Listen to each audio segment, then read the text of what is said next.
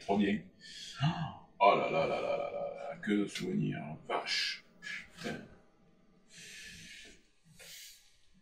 Ah tiens, vous êtes là? Je vous ai pas entendu arriver.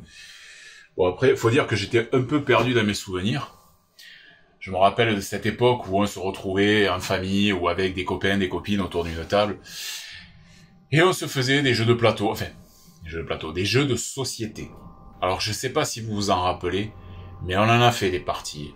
Alors entre celui qui râle, celui ou celle qui ne voulait pas perdre à tout prix, celui qui trichait ou celle qui trichait, celui ou celle qui avait la victoire pas spécialement modeste.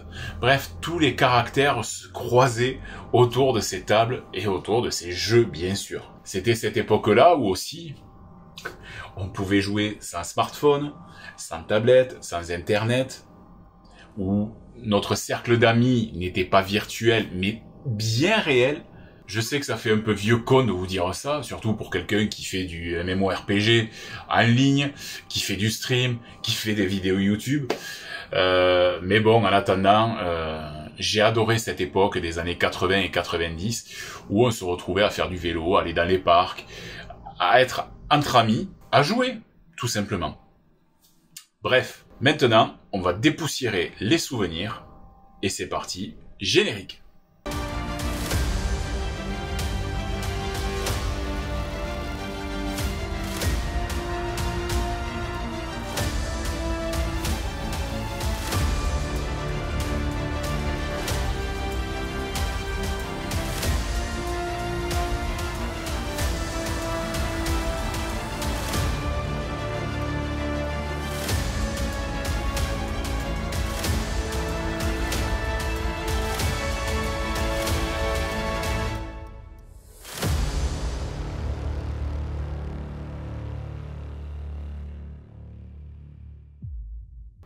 Ah là là là là là là là là là là. Revenir à cette époque-là, c'est réveiller des frustrations que j'ai au fond de moi, de ne pas avoir pu posséder tous les jeux de société qui étaient sortis à l'époque. Je pense qu'on a été tous pareils. Quand on voyait les pubs arriver au mois de octobre, novembre et pour décembre, pour les fêtes de Noël justement, on voyait toutes ces pubs sur les jeux de société, les jouets, les poupées, les poupons, les figurines, les véhicules.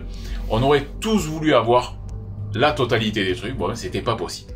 Là, on va parler uniquement des jeux de société.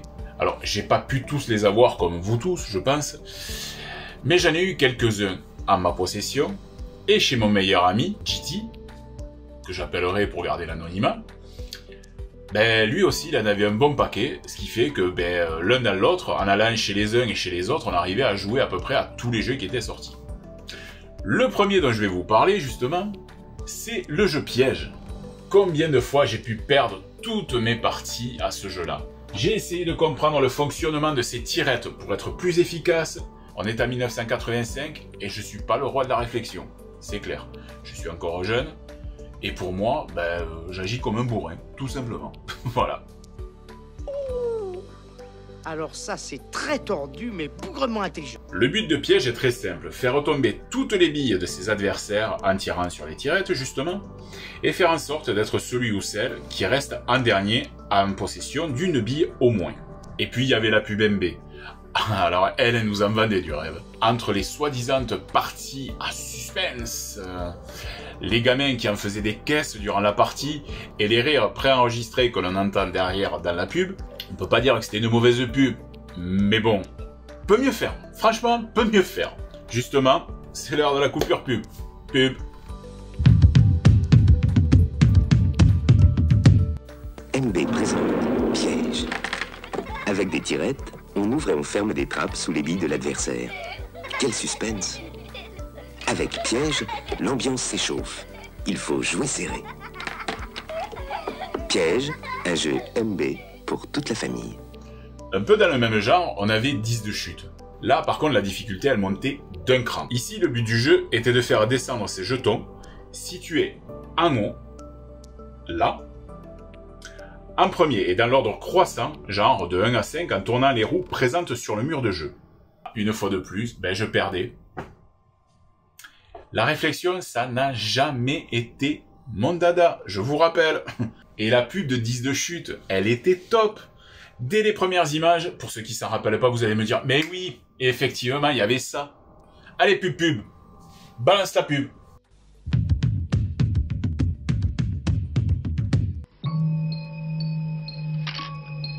Pour gagner à 10 de chute, il faut faire chuter ses 10 jetons le premier et ne pas perdre son sang-froid. Car plus dure sera la chute.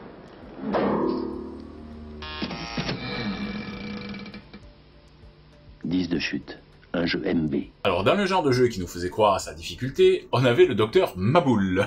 Alors je vous rappelle un peu la situation. 2 ou 3 joueurs autour d'un mec allongé sur une table d'opération qui doivent retirer certains os du corps sans toucher les parois du trou dans lequel est logé ce même os. Si on touchait les parois, c'était soi-disant une électrocution pour le joueur et la douleur pour le patient. La seule difficulté, c'était de ne pas avoir Parkinson, parce que là, oui, effectivement, ça aurait pu être très dur. Cependant, si on n'avait pas cette maladie-là, il n'y avait rien de spécialement dur. Au contraire, si on était tranquille et sans trembler, la partie, elle se finissait en 3 minutes, montre en main. Franchement, ce qui aurait été cool, ça aurait été de recevoir une toute petite impulsion électrique, genre un petit 9 volts, ça aurait été sympa. Au moins, ça aurait mis du piquant dans le jeu.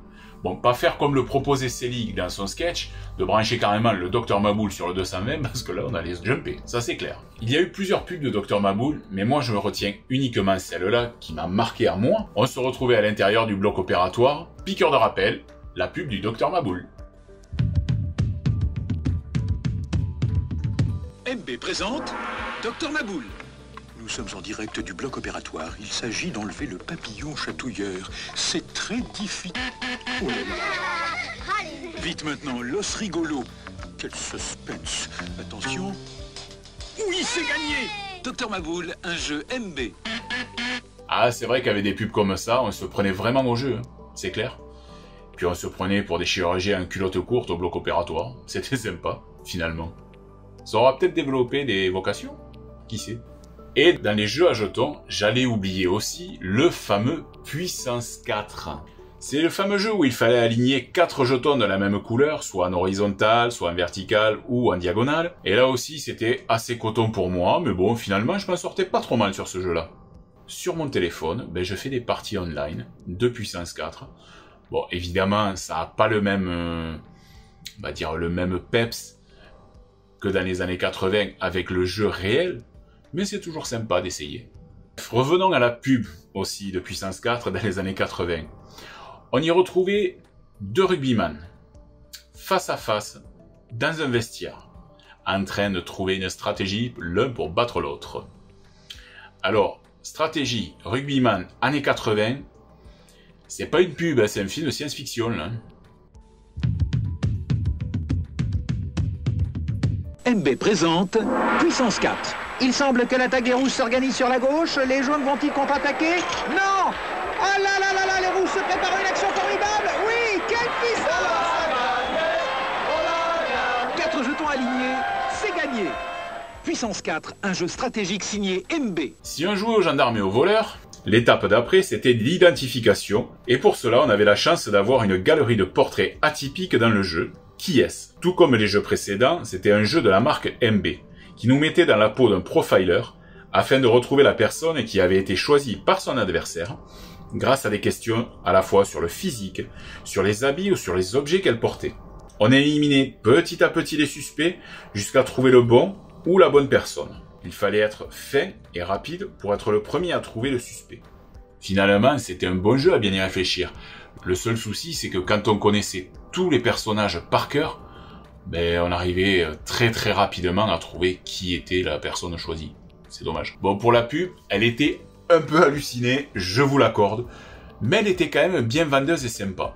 Donc, allez, on se la fait un petit coup. Qui est? Je t'aide un peu, ses yeux sont bleus. C'est Louise, c'est pas une fille. Trépu et moustachu, ça c'est bien vu. Il a des lunettes et une casquette, c'est Jack. Pas bête, trouve le nom, t'as gagné, t'es champion. Qui est un jeu MB? En montant d'un cran supplémentaire dans les jeux d'enquête, moi, je me retrouvais dans les mystères de Pékin. Une enquête contre un assassin au cœur de la capitale chinoise. On allait de témoignage en témoignage, de messages codés en autres indices. Franchement, je m'y croyais vraiment. Quand un gars à poil court derrière une fille, la queue en l'air et un couteau de boucher à la main, c'est drôle. J'ai peine à croire qu'il est en train de quêter pour la Croix-Rouge. Le plateau de jeu était dingue, tout comme le carnet à indices. Et même les pions étaient terribles. Et pour ceux qui ne se rappellent pas, il y avait même le portrait des suspects, qui, au jour d'aujourd'hui, je pense ne pourrait plus du tout être distribué. Parce que quand on voit les noms des suspects, c'était super limite quand même. On avait entre autres Eddie Dong, Pat, Chouli, Ping, Pong. Non, sans déconner, Ping Pong, c'est comme Fort Boyard passe-partout, à un moment donné, faut arrêter. Mais à notre âge, nous, c'était sans arrière-pensée qu'on était de jeunes inspecteurs et qu'on tentait d'élucider ces enquêtes-là. Cette pub, oh là là là là, elle nous mettait tout de suite dans l'ambiance. Moi, ça me donnait envie d'enfiler un impair, de devenir un inspecteur façon Humphrey Bogart.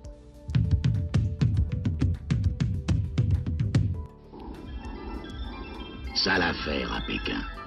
Un meurtre, un coupable introuvable, des faux témoignages, des messages codés. Bref, mon enquête piétinait. Seul le sage pouvait m'aider. J'avais trouvé. C'était Shaolin le meurtrier. Les mystères de Pékin, un jeu MB. Et pour finir dans le style enquête, le dernier en date, c'était le Cluedo. Pour moi, là, c'était plus un simple jeu, mais c'était une véritable enquête policière. Un meurtre violent, une liste de suspects, avec chacun motif et alibi. Une demeure avec des pièces bien distinctes et des armes du crime aussi nombreuses que variées. C'était un rêve pour moi, et j'en ai passé des parties à chercher le coupable. Souvent sans réussite au début, c'est sûr. Mais à la fin de ma carrière d'enquêteur, j'étais devenu un fin limier. Et pour les nostalgiques, ben voici la pub. Cluedo, le fameux jeu où le docteur Lenoir est assassiné. Avec la corde dans la cuisine, avec le poignard dans la bibliothèque. Non, c'est le colonel Moutarde avec le chandelier la nuit partant de brouillard. Cluedo, élémentaire mon cher Parker. Dans les premiers jeux de cartes dans lesquels j'ai pu jouer et apprendre à jouer, hormis leur ami, il y avait bien sûr le nain jaune. Certains vont se rappeler vaguement de ce jeu, d'autres pas du tout, et certains comme moi garderont d'immenses souvenirs de ces parties interminables, accompagnées de rires et surtout de râlements, car oui, je peux être très mauvais joueur des fois. Pour vous rafraîchir la mémoire, le but du jeu est de poser en premier toutes ces cartes en faisant des suites croissantes de l'as au roi et de remporter les plus grandes mises. Alors je suis désolé, j'ai pas réussi à trouver une seule pub sur le nain jaune, donc faites appel à votre mémoire, désolé. Je suis même pas certain qu'il y ait eu des pubs pour ce jeu-là. Dans les jeux de plateau aussi, j'ai joué à des jeux, notamment celui dont je vais vous parler. Je pense que tout le monde y a fait au moins une partie dans sa vie. Même s'il ne l'a pas fini, tout le monde y a joué au moins une fois. Je parle bien sûr du Monopoly. Ce bon vieux Monopoly, il en a fait râler des joueurs, il en a créé des disputes. Et pourtant, on adorait commencer les parties pour les finir que très rarement.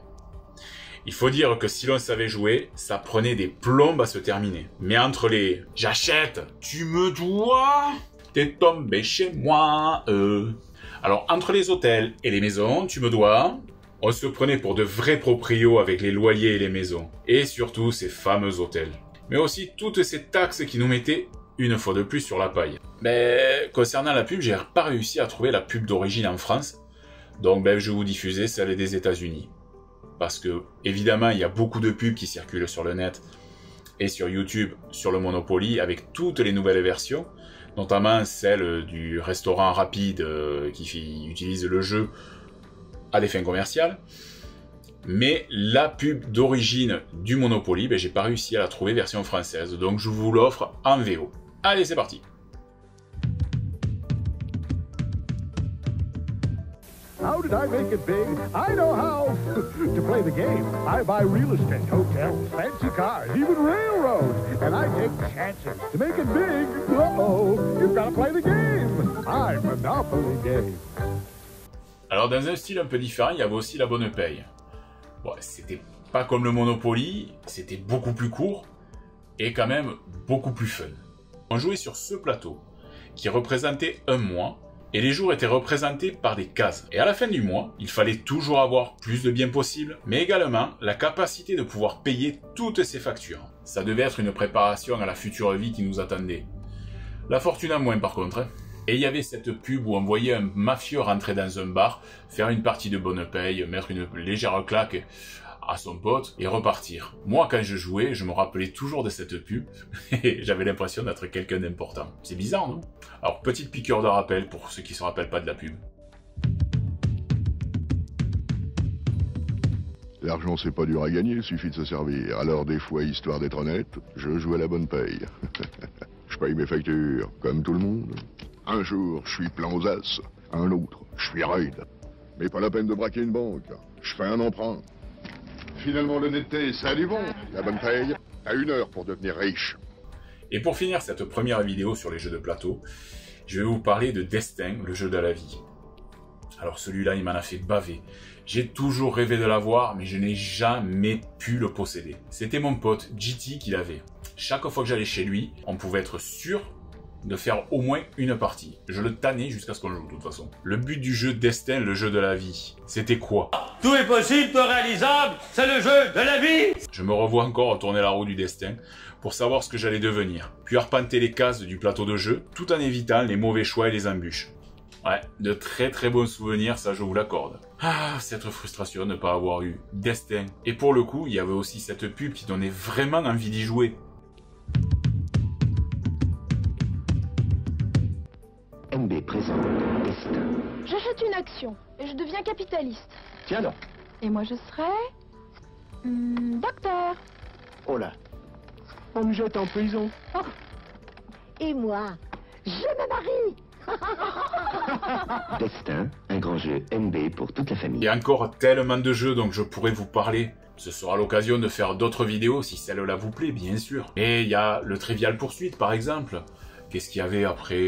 Il y avait Hôtel, il y avait L'île infernale, Canon noir, il y avait Super Défi, il y avait Intrigue à Venise, il y avait Atmosphere, avec la cassette vidéo et le mec, on aurait dit l'empereur dans Star Wars. Il y avait aussi HeroQuest, les premiers pas dans ADD. Bref, il y a tellement de jeux dont je pourrais vous parler que je pense que si vous êtes d'accord, on fera d'autres vidéos. Allez, moi je vous donne rendez-vous dans 15 jours. La vidéo se termine, donc laissez un pouce si la vidéo vous a plu, n'hésitez pas à vous abonner et surtout activez la cloche pour ne rater aucune des prochaines vidéos qui vont sortir. Allez, gros bisous à tous et n'oubliez pas, les souvenirs sont là et là, ils ne demandent qu'à sortir.